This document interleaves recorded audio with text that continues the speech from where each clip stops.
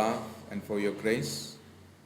We are supposed to be condemned, but Lord, you love us so much and you gave his life so that we can be with you eternally. Lord, we thank you.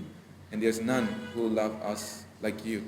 And Lord, we really want to show the love that we receive, but many times we are failed. Lord, we need your strength, we need your power. And today we are here so that we can be strengthened by your power, by your word, so that we can really live as a Christian. Lord, be with us and also open our hearts and mind so that we can understand and we can be really enlightened by your word. And Lord, there are many people around us, but we know them, they are going to the destruction. And Lord, we also have a heart to evangelize the people. And many times we don't know, and many times because of our lack of knowledge, we fail it. Lord, be with us. And also, Lord, we want to pray for those who are not here. Maybe some are working, some are maybe sick. Lord, whatever may be, Lord, be with them, and may your presence be upon them. We thank you once again, and in Jesus' name I pray. Amen. Okay, let's turn to Proverbs chapter 10, verse 5. Actually, last Thursday, I shared this topic, and one sister came and told me that why don't you share on Sunday also this topic? So that's why I thought of sharing. I don't know whether I have shared before or not, so but just comes in my mind. So let's turn Proverbs chapter 10, verse 5. Proverbs chapter 10, verse 5. If we found only one verse, so we'll all read together. Proverbs chapter 10, verse 5. Shall we read together? Let's read. He who gathers in summer is a wise son. He who sleeps in harvest is a son who causes shame. Okay, only one verse. May God bless each one of us through reading his holy word. Actually, we all are enemy of God and supposed to be condemned by God, right? And Jesus came all the way from heaven to rescue each one of us from the judgment and from the condemnation. That's what we believe and that's what we know. Not only God saved us from the eternal hell, but also he gave us the position of his son. We are enemy, but now we get a position of his son or his children. So now it's very different. Enemy to the position of son or children. So those who are truly saved or those who are truly born again, they are the sons of God. They are the children of God. So if you are truly saved, you are not ordinary people. You are not ordinary man. You are son of God. You are children of God. We are children of God. We are not like other people. We are not ordinary man, but we are God's people. You know, God, the one who created everything, we are his son, his children. So now, those who are really saved, they are God's children. And God wants his children to do something. You know, every parents want their children to become something or to do something. Right? God is our Father. He wants us to do something.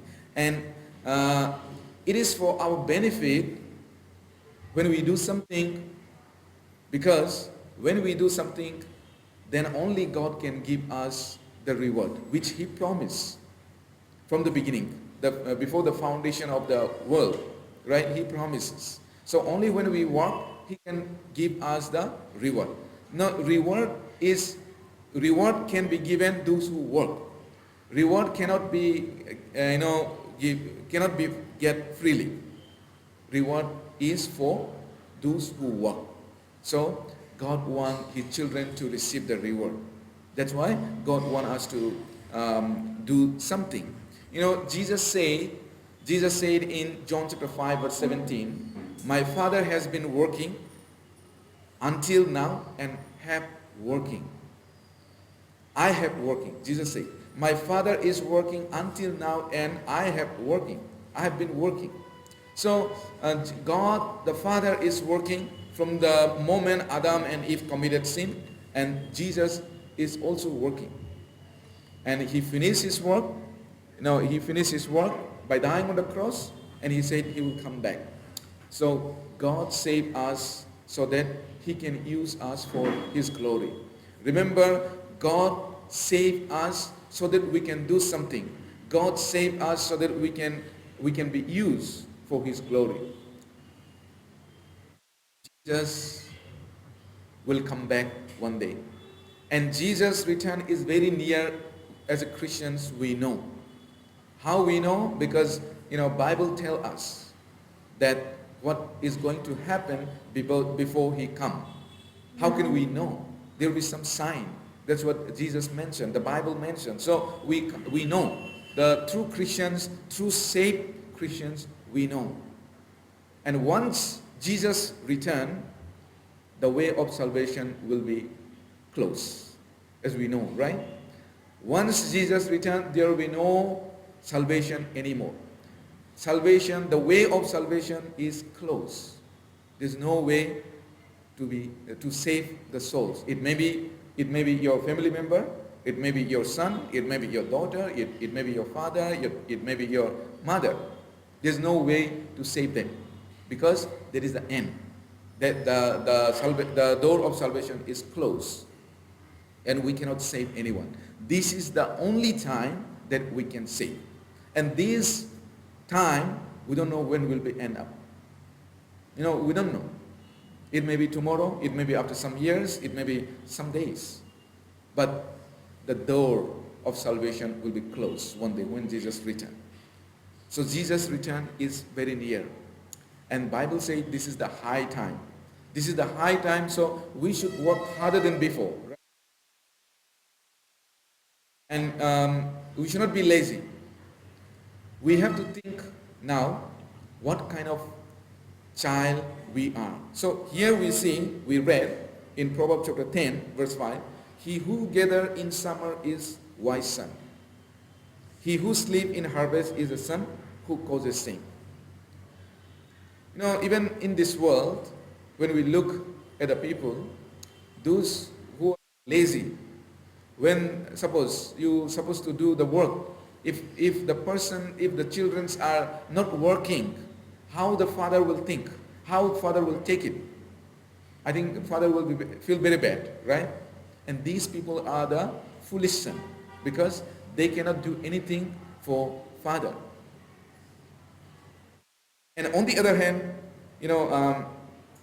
the person who really work hard, they are wise son. They are wise children. So we have to think, what kind of child am I? Or what kind of child we are? What kind of Christians we are?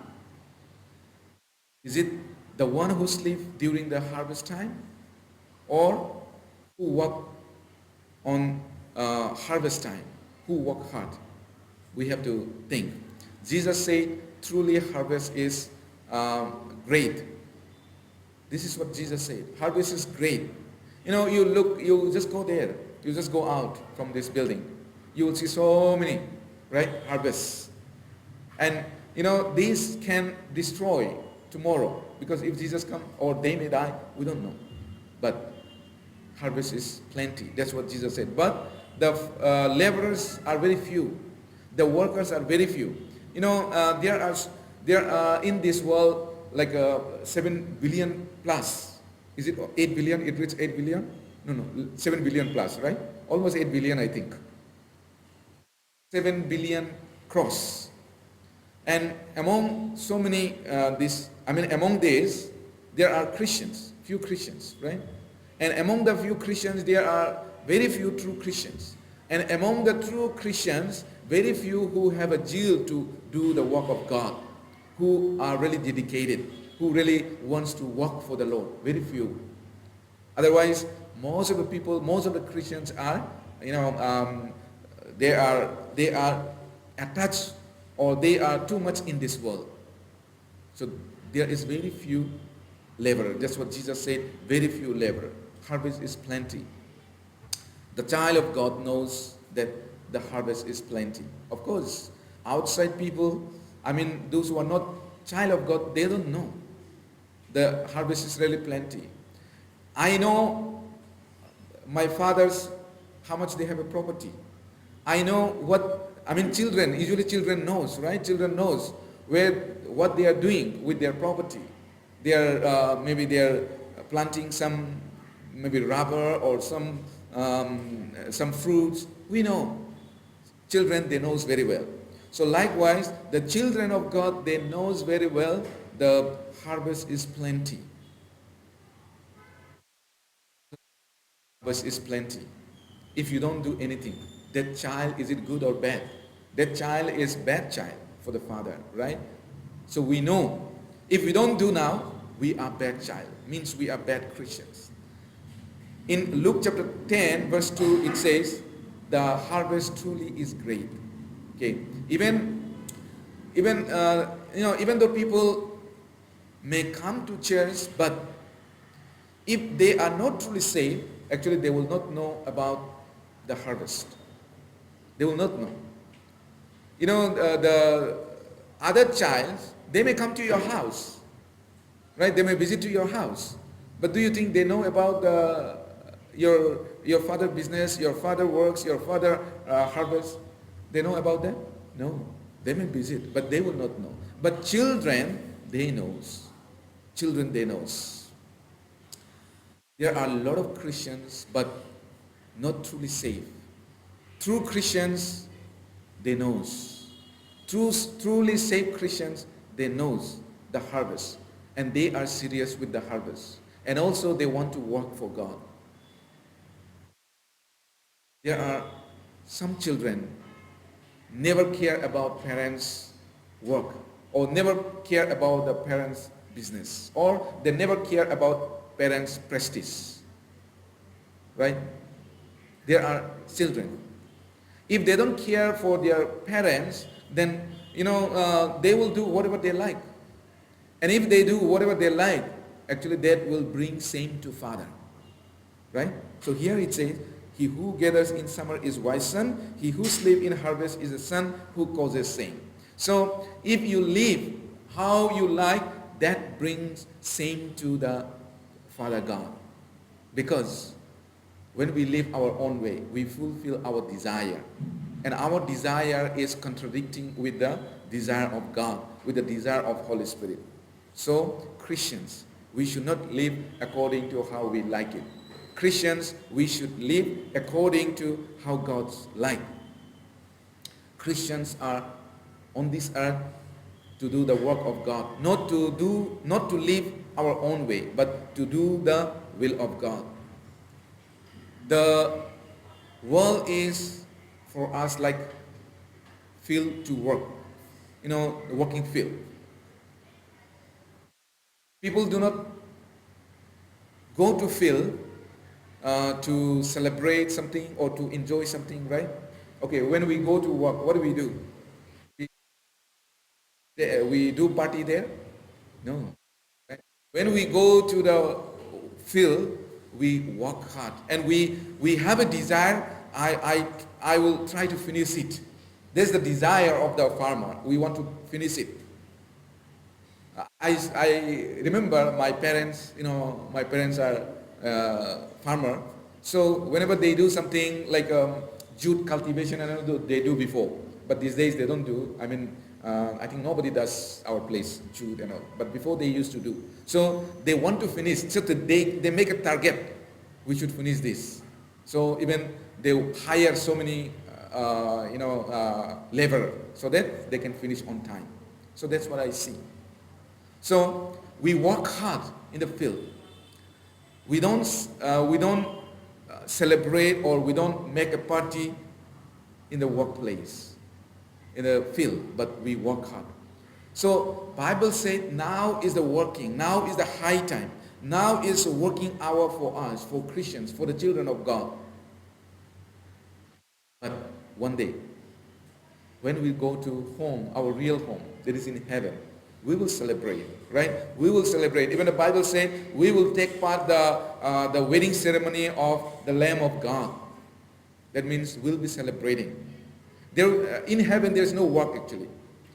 There will not work anything. There's no work. We will not work. What we have to do here. So Christians, why we are in this world is to work for God. We are in God's field. This world is field for us. Because when we go to our home, we will be rejoicing, we'll be celebrating all the time. We are not going to work. And those who are celebrating now instead of working for God, actually they are foolish sons. And also Bible mentioned, Apostle Paul mentioned that they are sleeping Christians. They are sleeping Christians. Sleeping Christians means they don't know what is going on. Is it working hour or not? They are just sleeping. In Ephesians chapter 5 verse 14, if you read, you will see that awake, Apostle is calling awake you who sleep. Arise from the dead, you who sleep. That's what Apostle Paul called the churches, Ephesian churches. So, there can be two kinds of son, or there can be two kinds of children. It can be good children, or can be bad children, or can be two kind of Christians, good Christians, or can be bad Christians. Even you become a Christian. So, what kind of Christians you want to be? Is it good Christians or bad Christians? Or what kind of child you want to be? What kind of child of God? Is it good child or bad child? To be good child, it is up to you. If you want to be good child, you have to follow certain things that God is giving you instruction. Then only you can become a good child. If you don't follow that, you cannot become a good child. What kind of Christians am I? Bad or good so far? Obedient Christians or disobedient Christians? We have to think. So when we think, actually, 1 year, we can find out, am I good Christians or bad Christians? Foolish are those who do not maintain the order. Actually, why they are foolish, those who do not maintain the order?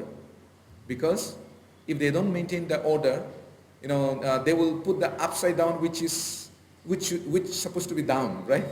And what happens? Suppose you have things. Now you want to put it one by one. If you put the small one down, what will happen upside? You cannot maintain, right? That will be collapse. You cannot keep in properly. So the foolish are the one who do not maintain the order from God, the order from the Bible. And even we can say the child who do not maintain the order from the father, from the parents, they are the bad child. They are the foolish child. Foolish childs are the bad child. Suppose if you wear underwear on the top, how will you look? Right? You put the shirt and you put underwear on the top, like a banyan, or then how will you look? That will be very odd, right? Nobody wear there. Even what do we call it? Superman also. So just joking, just kidding. What I mean is that will be so odd. So Christians' life is the same thing. There are order given us, right? The order is given in the Bible. So we have to maintain the order to be good Christians. So those who don't follow the order, those who don't follow the order given by God, they will miss out doing the most important things. Because they will give the priority, which is not very important, but which are very important, they will not give the important. So they will miss out. When you feel more important, you will try to do that one first, right? But which one you think you not important, you will keep aside. So same. That's why there's a chance that you will miss out. Which one is very important? And when you miss out that kind of important things, then you cannot please God. You cannot make happy to Father God. So that kind of child are not really good child for Father. That kind of child are foolish child and bad child. Who are the bad Christians? Those who follow the wrong order or the priority. Priority is very important in our life. And the priority is given in the Bible to the Christians. Which one you should give priority? Sometimes we give instruction to our children. Oh, this is you do first. This one you do first. If they are students, we say, okay, you have to study first. Right? We give them, we teach them. So if they don't do it, actually they miss out the important. And then they will struggle. So that's what parent wants them to follow the order. So let's see the order given in the Bible for the Christians. Let's turn to Matthew chapter 6. Matthew chapter 6, verse 31 to 33. You may read many times this, but let's read again. Matthew chapter 6, verse 31 to 33. Shall we read together? 31 to 33. Therefore, do not worry, saying, what shall we eat, or what shall we drink, or what shall we wear? For after all these things the Gentiles seek. For your heavenly Father knows that you need all these things. But seek first the kingdom of God and his righteousness, and all these things shall be added to you. So this is order given to the Christians by our Father. The order is given in the Bible. Now, what it says, seek first the kingdom of God and his righteousness, and all these things shall be added to you. Verse 33. And Bible tells us, do not worry, what shall I eat, what shall I wear? Because your Father is rich enough to supply you. And when we worry about that, actually we cannot we cannot seek first the kingdom of God. And after all these things the Gentiles seek. So Gentiles are the ones who seek all this. But for us Christians, we seek first the kingdom of God. That's what order is given. And we know our Father. We believe, Christians, actually true Christians, we believe that God can do everything. And whatever situation now I'm facing, maybe I'm struggling, financial problem, or struggling something else, but that we know, we believe that it is given by, the situation is created by God, because God tests our heart. Unless God permit, nothing can happen to me, because I'm so precious in God's eyes. So we believe that. And when we believe that, actually we can follow. Seek first the kingdom of God and his righteousness. Why? Today, there are so many cannot come here. I believe not everyone is working. But why they cannot come? Because the problem is this. Because maybe some are worrying what to eat, what to wear. Some are worrying like a Gentile. And they don't trust God. So here Christians are given, seek first the kingdom of God and his righteousness. That is the Christians. That is the Christians we should follow, and that is the right order. Is to use ourselves to preach the gospel, to use our talent to praising God, to use our wealth to extend the kingdom of God, to use our healthy body for God's kingdom. There is a right order. But if we use for all ourselves, that is not the right order. So even like Apostle Paul said to Timothy, even there is no one who thinks about, who care about God's kingdom. You should be one who care about God's kingdom. That's what Apostle Paul said to Timothy. So we also, I think, same word is given to us. Even though there's no one, we should be the one who care. Okay, let's turn to Philippians chapter 2.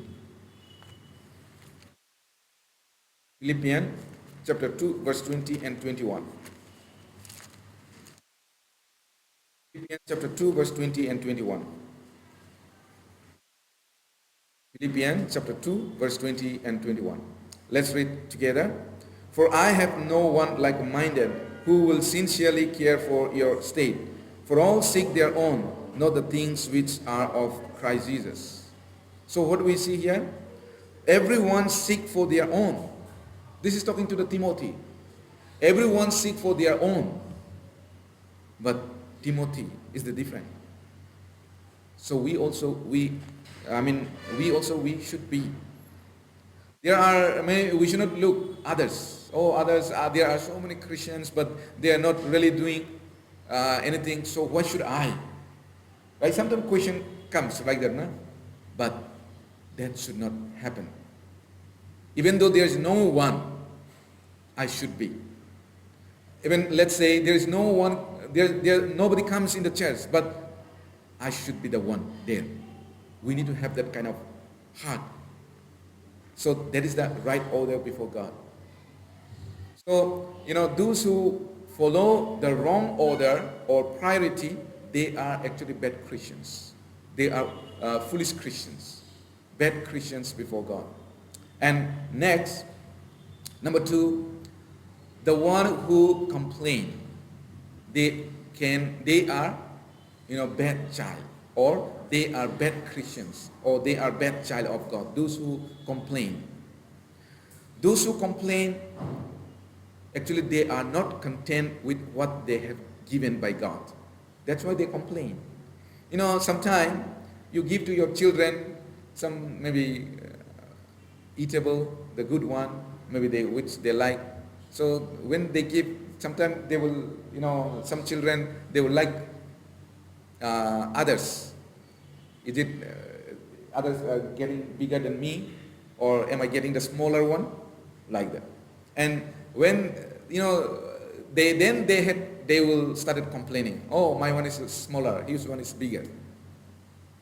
Actually, that complaint is because of the heart and jealousy or all this. Anyway, God doesn't like the one who complain.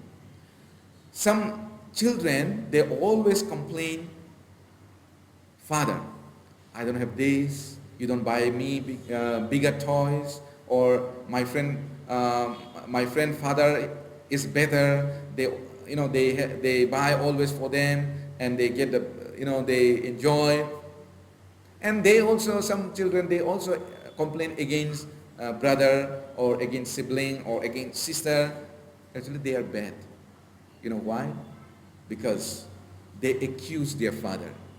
They are not content what they are given, and they think that they are better than the God.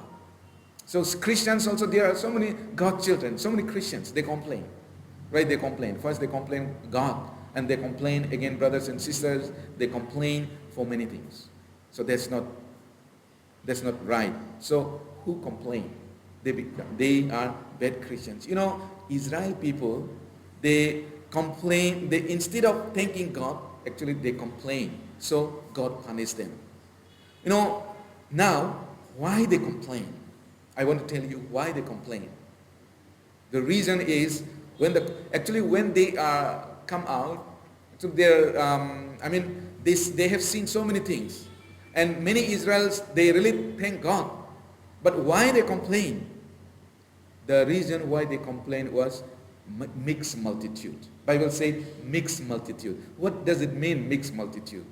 When they come out, some who are not pure Jews, maybe mixed with the Gentile, blood mix, or some Gentile follow them, and they come. And they are the one who complain first, and Jews people also follow. They started complaining. They forget what God has done for them, and they forget what they're supposed to do. In Numbers, let's go to Numbers 14, Exodus, Leviticus, Numbers 14, verse 26 and 27. We must understand this. Numbers 14, verse 26 and 27. Let me read. And the Lord spoke to Moses and Aaron, saying, how long shall I bear with this evil congregation who complain against me? I have heard the complaints which the children of Israel make against me. So they complain. And if you read,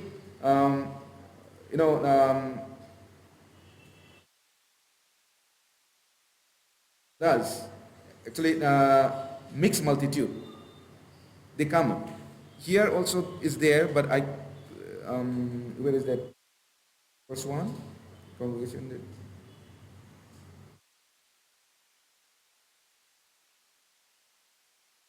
From verse 1, you will find that they are mixed multitude. Means they are mixed. So that's why they started complaining. God doesn't want his children to complain.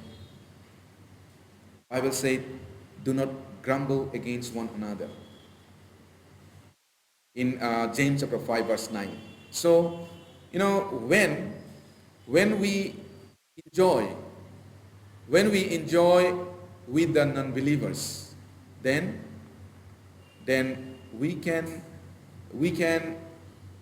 get, our mind also will follow them. Because for them, they think everything is the world, even though they may be Christians. But if they are not true Christians, then their heart is in the world. So, when you mingle too much with them, even though they are Christians but not truly saved, then you will bring. Sometimes, what happened?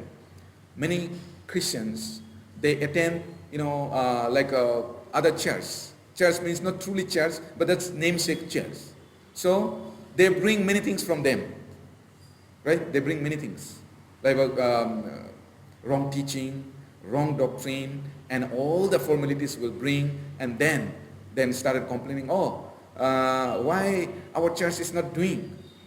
Because now they attend other churches and come back again. They are very nice.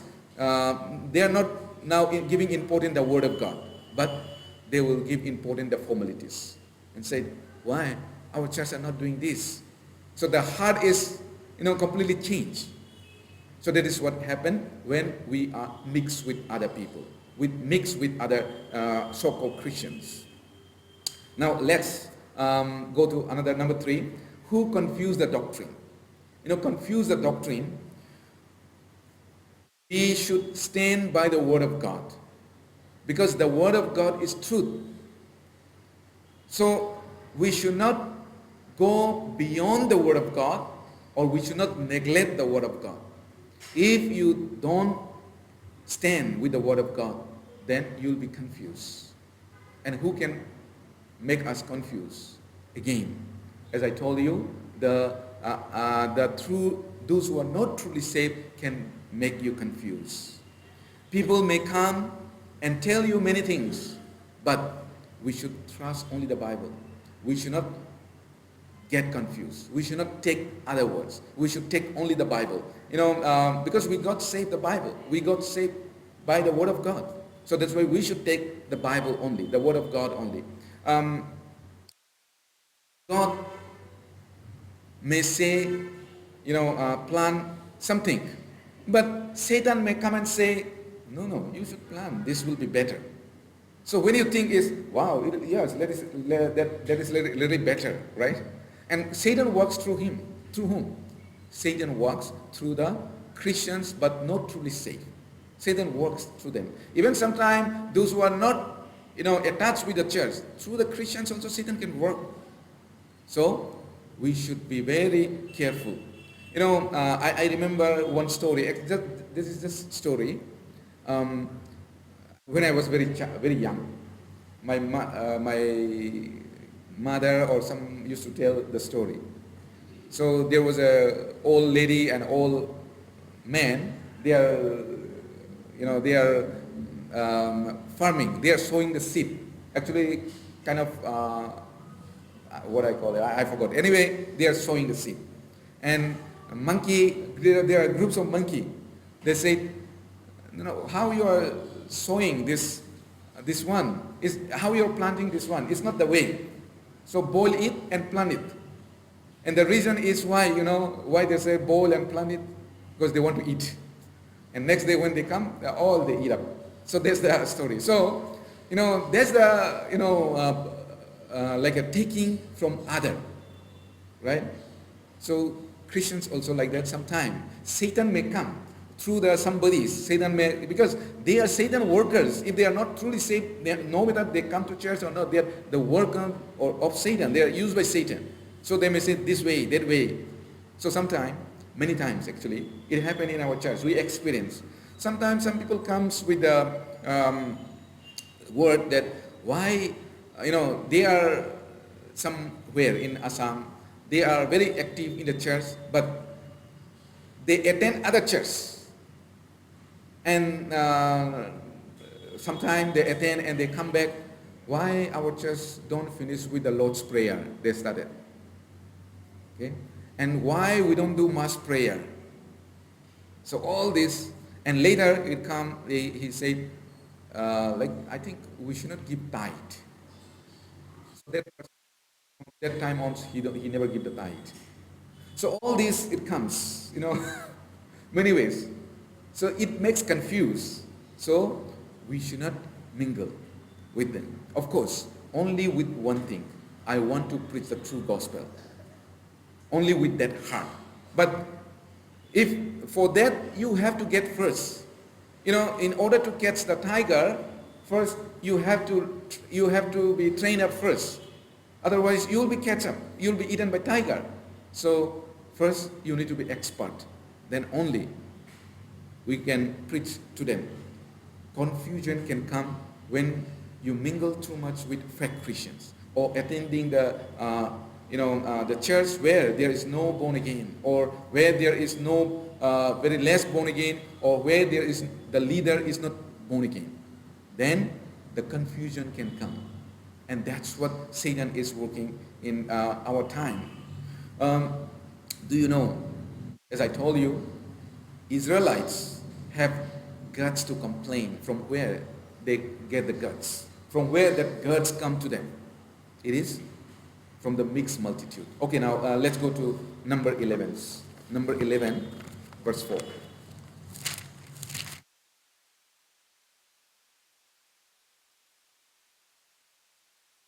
Number 11, verse 4. Shall we read together?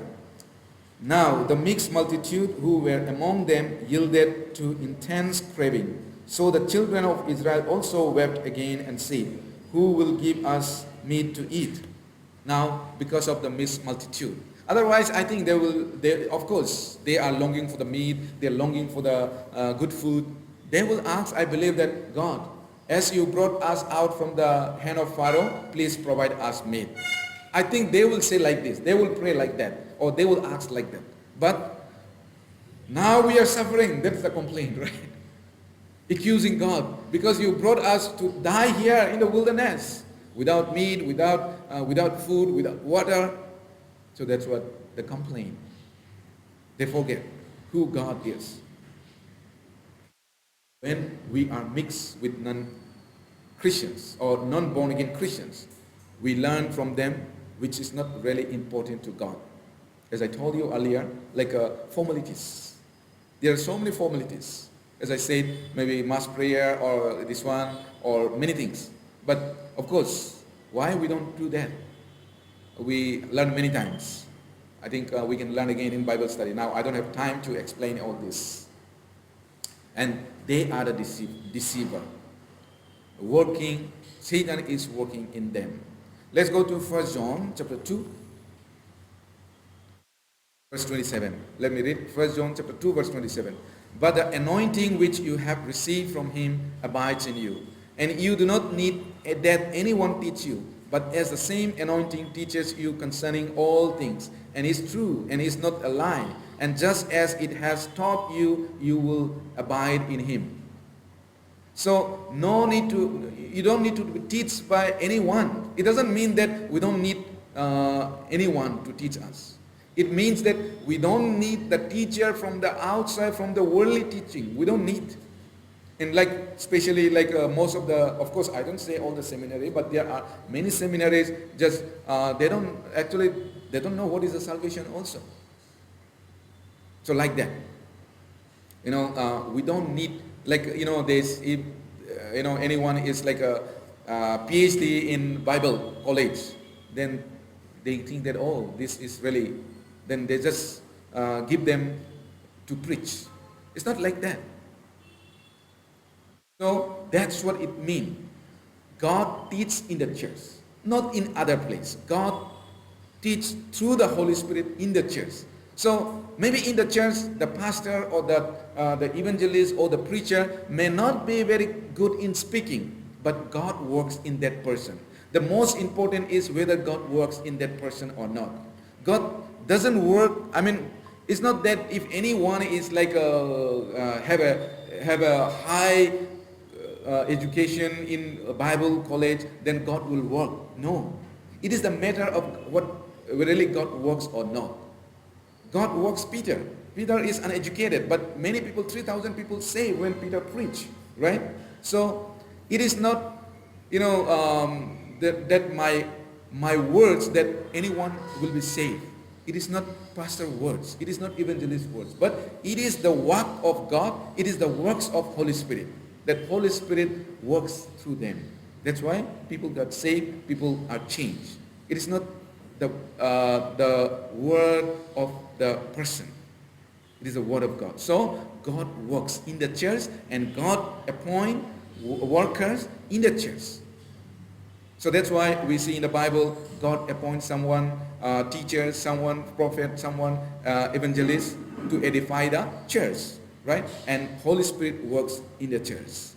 Okay, let's turn to John chapter 14, verse 16. John chapter 14, verse 16. Gospel of John, chapter 14, verse 16. Shall we read together? 16. And I will pray the Father, and he will give you another helper, that he may abide with you forever. I will pray the Father. Jesus said that I will pray so that another helper come. So who is another helper? That is the Holy Spirit. So now Holy Spirit is here. Holy Spirit is teaching us. So we don't need the human knowledge. We don't need the worldly knowledge. God gave us, and God teach us in the church. The Holy Spirit is a helper. And we all want to be good Christians. Then we need to be taught by Holy Spirit. How can we become good Christians? Now let's think about how can we become a Christians? I mean, good Christians, or good children of God. How can we become? The requirement to become a good child of God or good Christians is we see in the Bible. So Bible say first, let's turn to, we know that, but we have to listen again. John chapter 15, verse 3 to 7 I will read. You are already clean because of the word which I have spoken to you. Abide in me, and I in you. As the branch cannot bear fruit of itself unless it abide in the vine, neither can you unless you abide in me. I am the vine, you are the branches. He who abides in me and I in him bear much fruit, for without me you can do nothing. If anyone does not abide in me, he is cast out as a branch and is withered. And they gather them and throw them into the fire, and they are burned. If you abide in me, and my words abide in you, you will ask what you desire, and it shall be done for you. So this is the first requirement to be a good child of God. Abide in me. So abide in me means abiding in the church, because church is the body of Jesus Christ, and we are abiding, and the head is Jesus Christ. So when we abide in the church, we are abiding in the body of Jesus Christ. In 1 John chapter 2 verse 28 also it says that, little children, abide in me, abide in him. So those who abide, when Jesus appears, we may have a confidence. And will not be ashamed to stand before him. That's what 1 John says. Because now when we abide, we will, we'll try to do something. God will teach us. God will, God will speak, continue to speak in our heart. So there will be changes. And when he comes, we'll have a confidence to stand before him. Otherwise, we'll be ashamed. In him. It is he who will give us the confidence, the power, and to overcome all the desire of human desire. He will give us the power to overcome that, and he will work. Okay, number 2, those who are faithful. We need to be faithful with the Lord. We need to be faithful. Okay, we may be faithful in with other people, with your work, but if you are not faithful with God, then you cannot become a good children. There are some people, some children, right? They are very faithful with other people. Now, can you come and pluck coconut? Even though they never climb coconut, they will climb and pluck. They are faithful with others. But family said, can you do something little things? But no, I cannot do, I'm tired. There are some, that kind of children, right? So, you may be faithful in this world, but if you are not faithful with God, then you are bad Christians. You are bad child of God. So we need to be faithful. Those who are faithful with small things, they can be faithful with the big things. That's what God said. Now, what is small things in God's eye? What is small things? The least, Bible says, the least is the mammon. Mammon is the wealth or money, we can say. So if you are not faithful with the money, you cannot be faithful with other things. In order to be good Christians, we should be faithful no matter what. Okay, let's turn to, actually this is the parable of the dishonest steward in Luke chapter 16. From 1, if you read, you will find, but I will read verse 9 and 10. Luke chapter 16, verse 9, 10.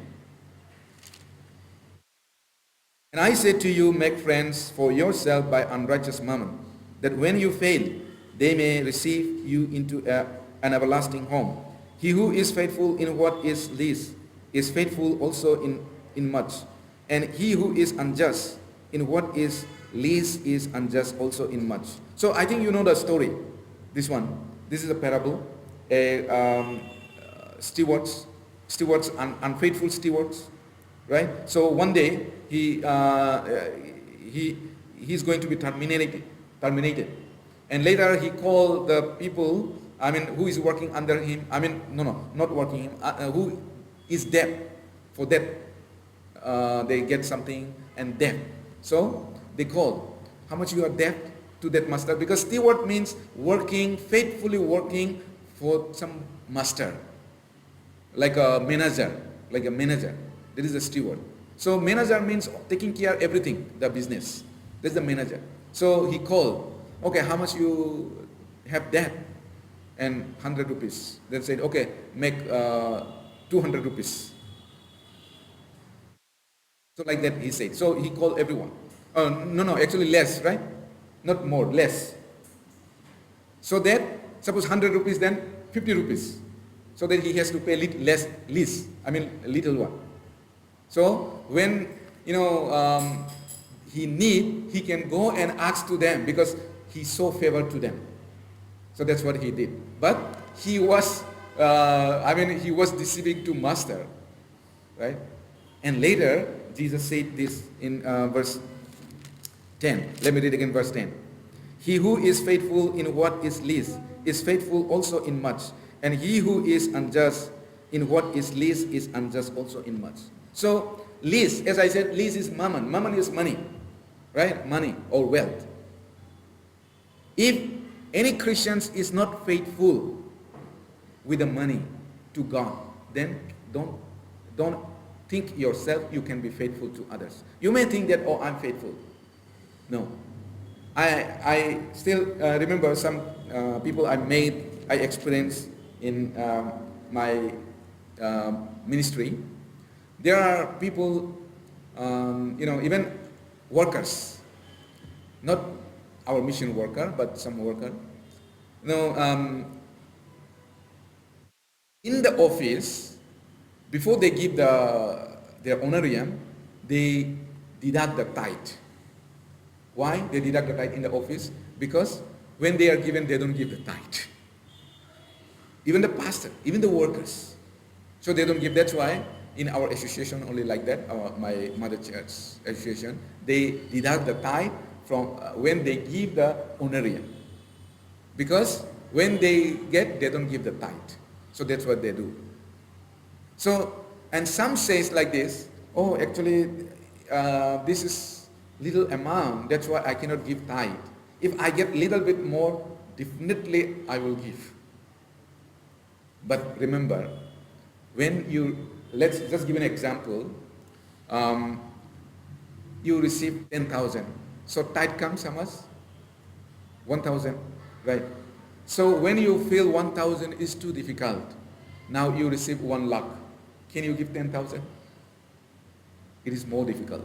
So that's why we cannot be faithful. That's why here it says, who are not faithful with the least, they cannot be faithful with others. So you can, money is the least in God's eyes.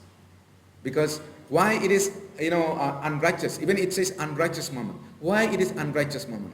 Because people use for the wrong purpose. This money is used for the wrong purpose, for the wrong things. That's why not used for the God's glory. That's why, mostly people use for their own, right? Their own to fulfill their own desire, not for God. How many people use for God? Even the 1% of the population of the world, right? Don't use. That's why God said this is unrighteous mammon. Jesus said unrighteous mammon. Unrighteous. It is used for unrighteous, not for God's righteousness. So in order to be good Christians, we should be faithful no matter what. If you are faithful with the small things, you can be faithful with big things. What is faithful? Faithful means you finish your work, your task which is given, no matter what situation comes. There is a faithful. But if you say, oh, for this situation, I cannot finish the task, that is not a faithful.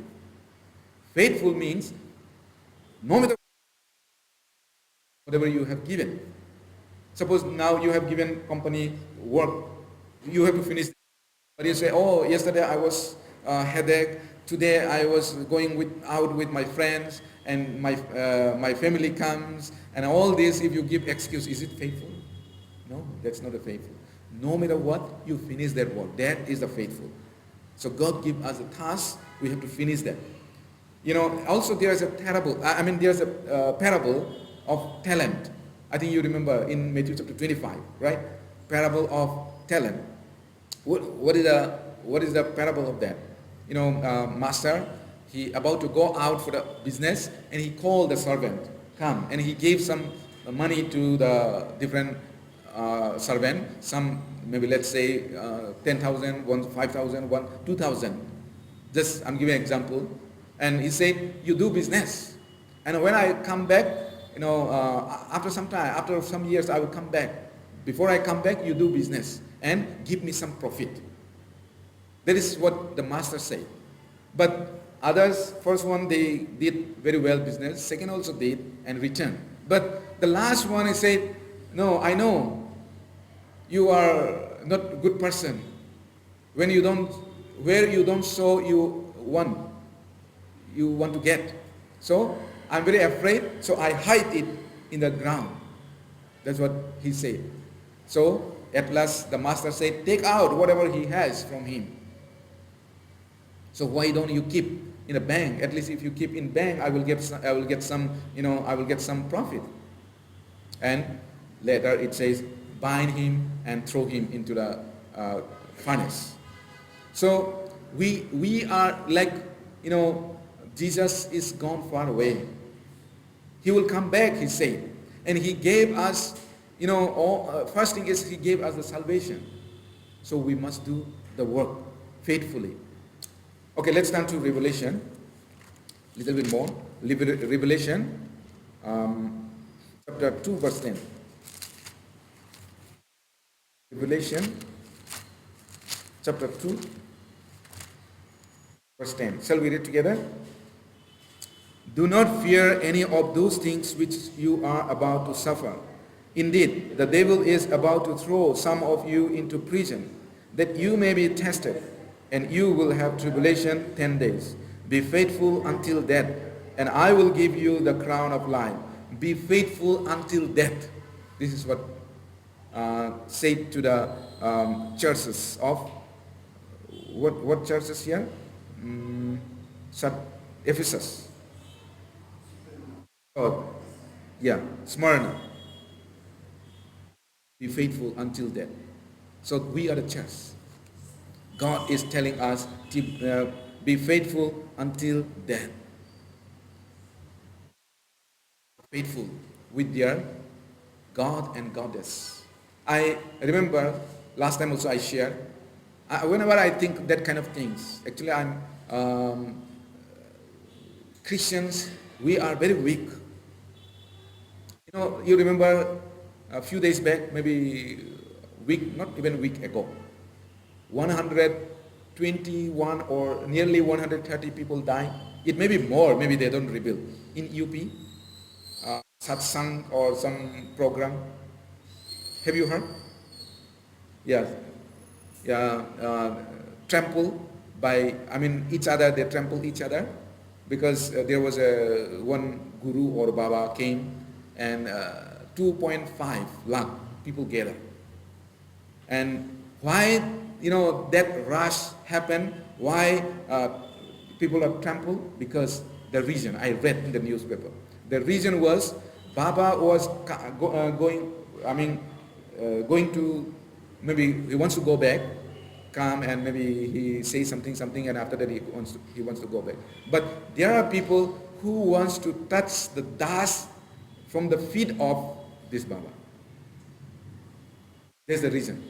They want to touch. So maybe, I don't know, whoever first touched, maybe they think that they may be more blessed. So that's why they want to touch the dust feet from the Baba.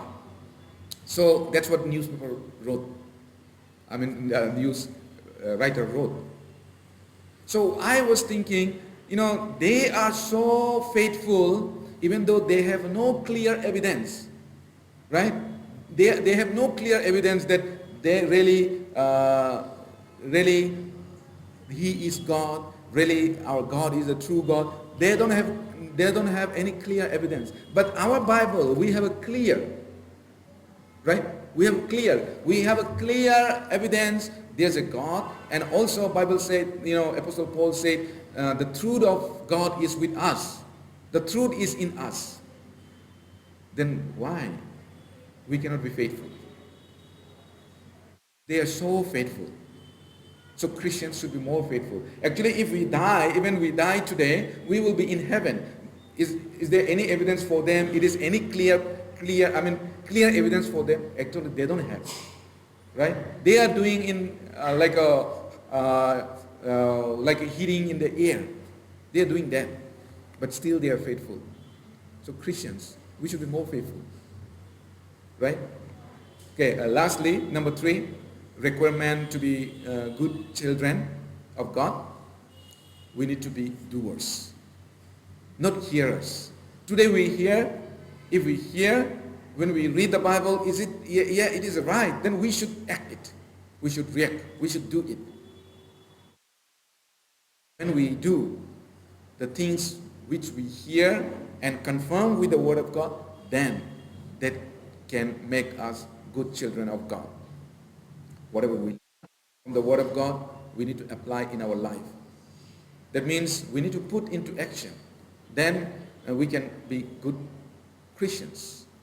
There are people, there are people who are very good in their lips, but their action doesn't follow.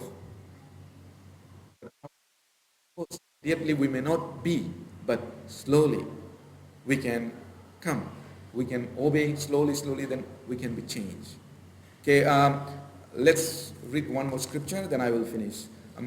James chapter 1, verse 22 and 23.